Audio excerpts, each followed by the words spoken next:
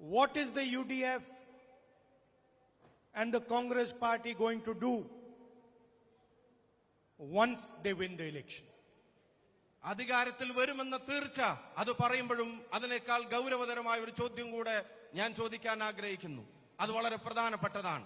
ഐക്യ ജനാധിപത്യ മുന്നണിയെ, Indian national കോൺഗ്രസിനെ അധികാരത്തിലേക്ക് കേരളത്തിലെ ജനത കൊണ്ടുവന്നാൽ ഈ ജനതയ്ക്ക് വേണ്ടി അവർ എന്ത് ചെയ്യുമെന്നുള്ളത് എന്നെ സംബന്ധിച്ചിടത്തോളം ഏറ്റവും പ്രധാനപ്പെട്ട ചോദ്യമാണ്. This is the question in front of the leaders of the UDF and the Kerala Congress.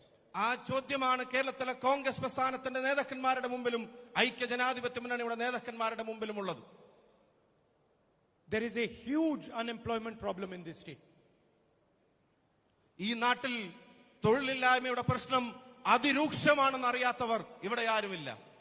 The UDF and the Congress party have to provide a vision for Kerala which addresses this unemployment problem.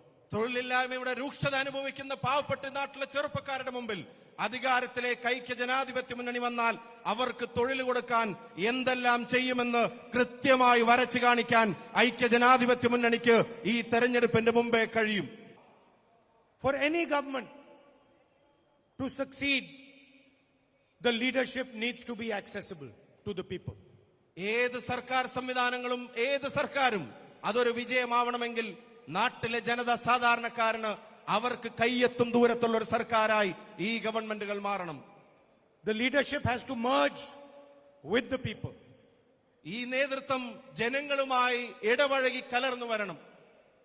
And I'm confident that the leadership of both the UDF and the Congress party is going to be humble, is going to merge with the people of Kerala, and is going to truly become an expression of the voice.